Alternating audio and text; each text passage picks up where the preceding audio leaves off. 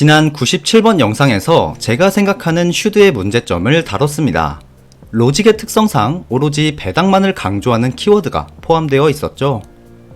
하지만 1980년대부터 본격적으로 자사주 매입이라는 또 다른 주주 환원 정책이 시행되면서 배당이라는 환원 정책이 물론 좋긴 하지만 시대의 흐름에 어느 정도 편승하지 못하는 한계점을 지적했었습니다. S&P 500의 배당률은 20세기 이전 5% 이상이었습니다. 지수가 탄생한 1950년대에는 무려 6%가 넘는 배당률이었습니다.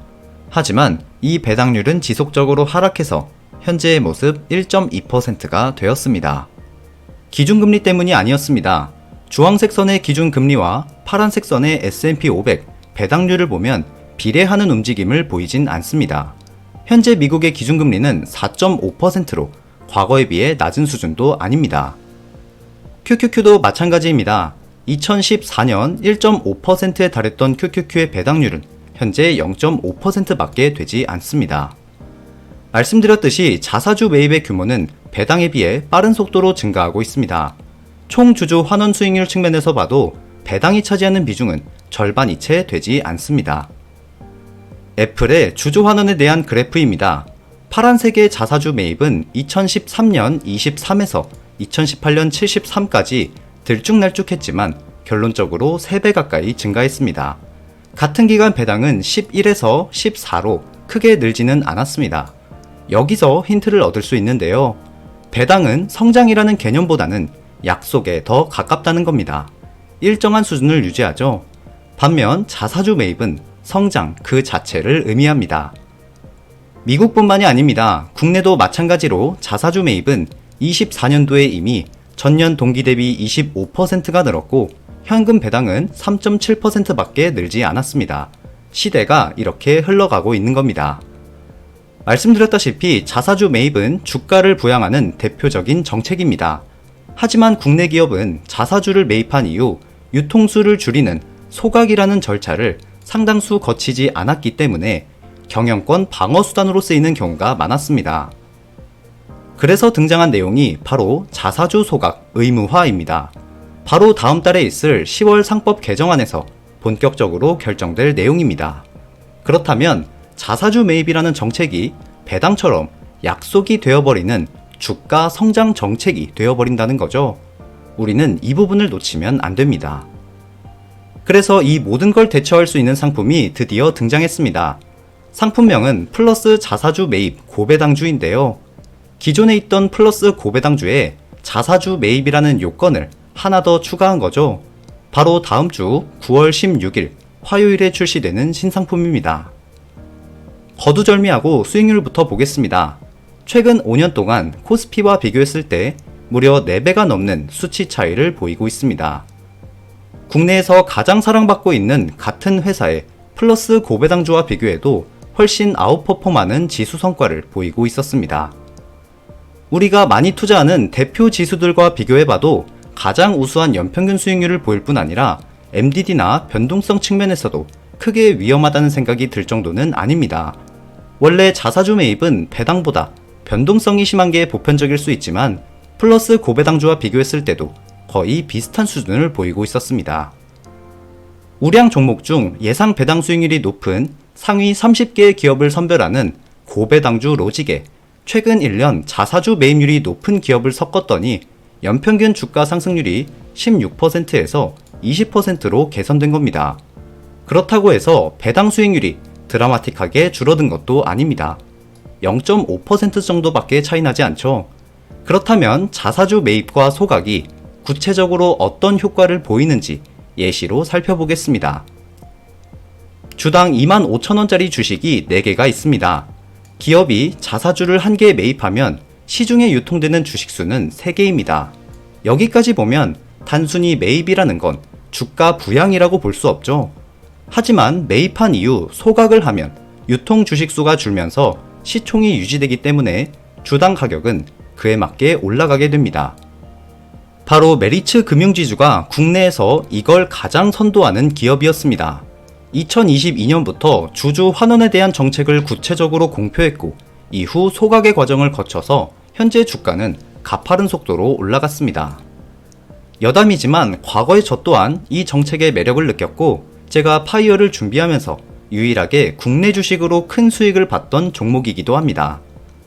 2020년 메리츠 금융지주 회장은 한국의 억만장자 순위에 랭크되지 않았습니다. 하지만 2025년 현재 우리나라 1위의 부자가 되었습니다. 이 기업의 자사주 매입은 현재 진행형입니다. 많은 기업들이 이 성공 사례를 보면서 분명 국내에도 이런 기업이 많아질 거라고 생각합니다. 다시 돌아와서 이 신상품에 대해 좀 더 구체적으로 보겠습니다. 자사주 매입만 있는 게 아니라 배당 수익률에 대한 것도 전략으로 삼고 있죠. 상품명에도 고배당주라는 명칭이 유지되고 있습니다. 자사주 매입의 전망은 밝은 반면 배당은 어떤 상황인지도 살펴보겠습니다. 얼마 전 배당소득 분리 과세라는 게 등장했죠. 우리나라의 배당세율은 최대 49.5%까지 적용되었고 이는 다른 나라에 비해 상당히 높은 수준이었습니다. 이러한 부분 때문에 자산가들은 오히려 배당 투자보다 부동산을 선호하는 현상이 있었죠. 수요가 크지 않기 때문이었는지 배당 성향 또한 상당히 낮은 우리나라 기업들이었습니다. 배당소득 분리과세 적용세율을 보면 솔직히 일반적인 개인 투자자들이 만족할 만한 수치는 아닙니다. 하지만 자산가들에게는 상당히 호재로 작용될 수 있는데요. 이는 큰손들의 시장 참여가 이루어지면서 배당주의 주가를 견인할 가능성이 높다고 할 수 있습니다. 일반적인 개인 투자자들에게도 어느 정도 좋은 소식이 있다면 바로 건강보험료가 부과되지 않을 가능성이 높다는 겁니다. 내년부터 건강보험료가 0.1% 늘어서 7.19%로 결정났죠. 매년 인상될 건강보험료에도 타격이 없을 거기 때문에 대부분 2천만원에서 3억 사이의 배당을 받게 되는 은퇴자 분들께는 현행 대비 1% 이상의 절세 효과가 발생합니다.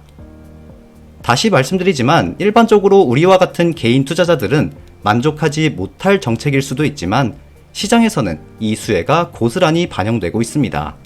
이걸 부인할 수 없는 지표를 하나 보자면 플러스 고배당주의 순자산 규모는 올해 상법 개정안이 발표된 이후 급속도로 증가하고 있습니다.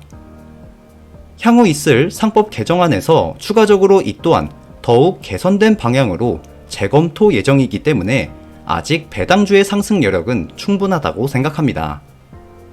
오늘 소개드리는 상품은 자사주 매입이라는 이름을 달고 나온 국내 최초 상품이기 때문에 미국 시장에서 과거 이러한 로직은 어떠한 성과를 거두었는지도 보겠습니다.